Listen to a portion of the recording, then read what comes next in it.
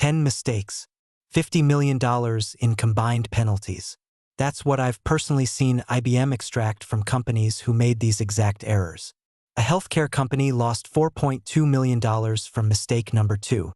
A bank paid $8 million from mistake 7. A Fortune 100 retailer wrote IBM a check for $12 million because of mistake 4.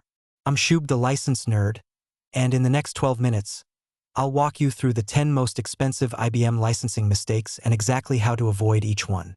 Quick context: IBM's audits are run by Deloitte and KPMG under their software revenue enhancement mandate. Their job is to maximize IBM's recovery. Liability is calculated at full undiscounted list price, not your negotiated rate. The average finding exceeds $2 million. 70% of audited firms have ILMT gaps. These aren't rare events. Mistake 1. Running IBM software without ILMT. This is the $2 million default. Since May 2023, IBM has been unambiguous. There are 0 exceptions to the ILMT requirement for subcapacity licensing. Without ILMT correctly deployed, you pay for every physical core in the server, not just the ones your software uses.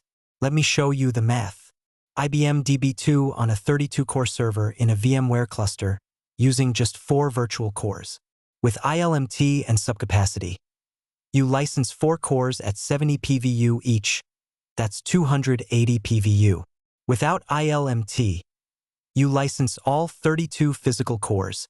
That's 2,240 PVU. 8 times the cost for a single server. Now multiply that across an estate with 50 or 100 servers running IBM software. Mistake 2. ILMT installed but misconfigured. This is the silent killer that catches even companies who think they're compliant. Having ILMT deployed is not sufficient. It must be correctly configured to produce accurate, IBM-compliant quarterly reports.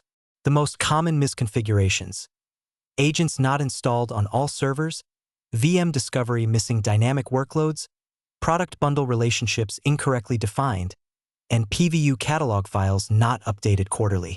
Here's the devastating part. IBM requires 8 quarters of stored reports. If reports are missing for any quarter in that 2-year window, the subcapacity benefit is lost for that entire period. Not just the missing quarter. A healthcare company had 6 good quarters and 2 gaps. IBM demanded full capacity for those gap periods. Cost: $4.2 million for 2 missing reports.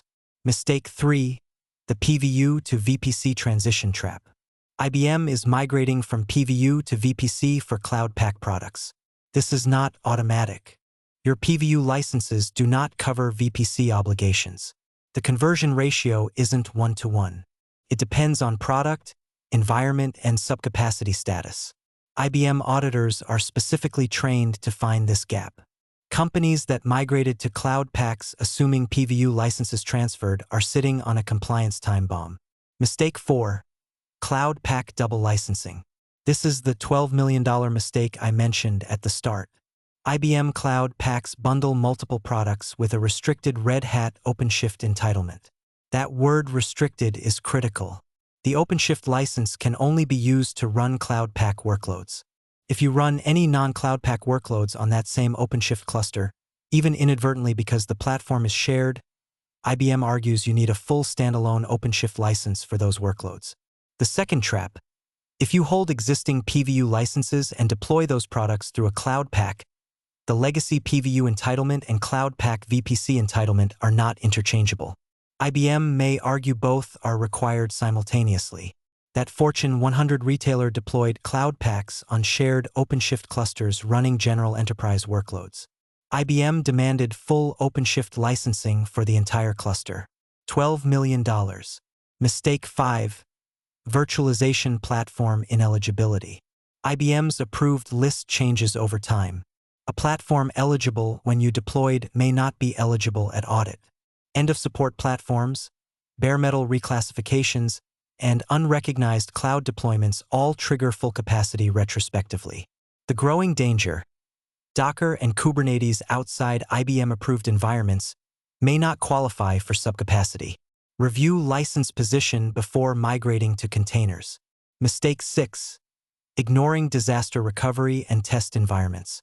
This one has bankrupted mid-size companies. IBM's standard license terms for PVU products do not include blanket disaster recovery exemptions. Let me repeat, there is no automatic DR exemption. Cold standby may qualify under specific product terms, but warm or hot standby DR environments are fully licensable at the same rate as production. The same applies to development, test, and pre-production environments unless explicitly carved out in your specific product license document. The compounding problem: ILMT agents are often not installed on DR servers, so even where subcapacity would apply, you don't get the benefit. One manufacturing company had 40 IBM products deployed across DR and test environments. None were licensed. None had ILMT agents. The audit finding: $6.8 million. Mistake 7: ELA and IULA scope assumptions. Unlimited does not mean everything everywhere. IULAs cover only specific products, named legal entities, and specified use cases. Acquired subsidiaries are not automatically covered. Outsourcing is often excluded. That bank acquired 2 companies, deployed IBM software across them assuming IULA coverage. It specified the original entity only. $8 million. Mistake 8: missing IBM's fiscal year leverage. IBM's year ends December 31st. Q3 and Q4 audit notices target settlement before year-end. Companies that rush to settle accept IBM's first offer, always inflated. Smart companies start remediation 6 months early and respond to Q4 pressure with "happy to continue in Q1." IBM's urgency is your leverage. Mistake 9: treating Passport Advantage as compliance. PA shows purchases, not compliance. It can't see deployments without ILMT, ghost servers still reporting, Cloud Pak bundle usage, or third-party deployments. If your compliance strategy is checking PA balances, you're flying blind. Only a formal license position review comparing ILMT data, PA entitlements, and agreement terms gives you the real picture. Mistake 10: no independent advisor during audit. IBM uses Deloitte and KPMG specialists trained to maximize recovery. Your IT team doesn't have equivalent expertise. IBM's own account manager is a conflict of interest. Independent advisors reduce findings by 40 to 70%. Average savings: $1.2 million. Cost of an advisor: $50,000 to $150,000. The ROI is obvious. Now here's how to protect yourself from all 10 mistakes with one unified strategy. The IBM Compliance Defense Framework. For layers: Layer 1, ILMT Mastery. Deploy on every server. Update catalog quarterly. Generate reports without gaps. Verify agent health weekly. This eliminates mistakes 1, 2, and 5. Layer 2, Entitlement Mapping. A living document mapping every IBM product to its deployment location, metric, entitlement source, and renewal date. Updated quarterly. Cross-referenced against ILMT. This eliminates mistakes 3, 4, 6, and 9. Layer 3, Agreement Intelligence. Read every IBM agreement in full. Know what's covered, which entities, which use cases. This eliminates mistakes 7 and 8. Layer 4, Audit Readiness. Independent advisor identified in advance. Documented response procedure. All data accessible within 48 hours. Annual mock audit. This eliminates mistake 10 and ensures your response is calm and strategic, not panicked. Real case study. Global financial services company, $6.2 million annual IBM spend. Audit notice received. Initial exposure, $14.8 million.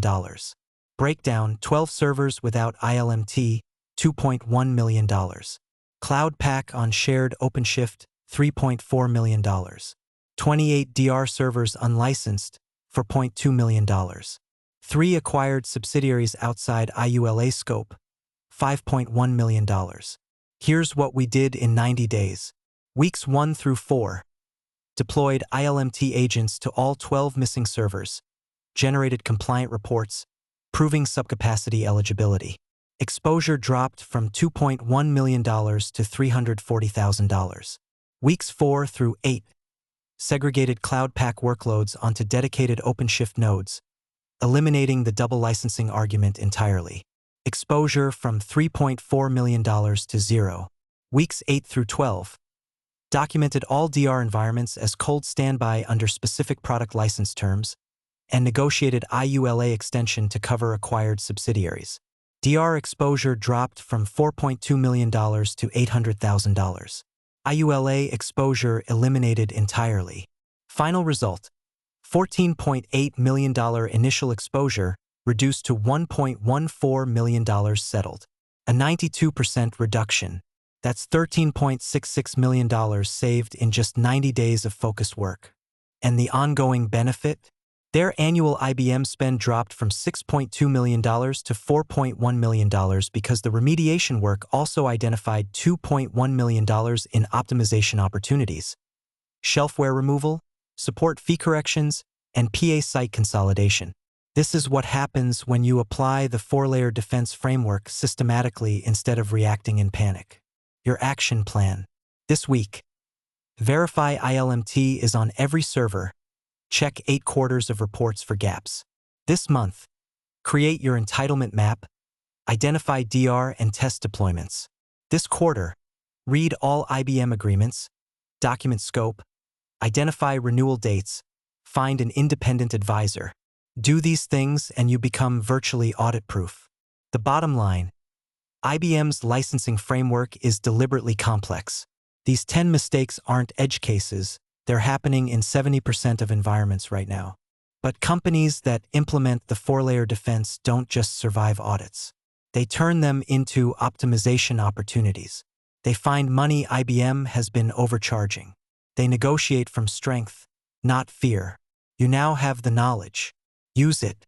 If you've followed this IBM Licensing Masterclass, you now have knowledge ahead of 99% of IT professionals. 8 videos covering fundamentals, PVU, cloud packs, audit defense, cost optimization, ILMT, passport advantage, and now the 10 most expensive mistakes. Share this with your CIO and procurement team. Subscribe and hit the bell. I'm Shub, the license nerd, and remember, IBM's complexity is their weapon. Your knowledge is yours. Go protect your company.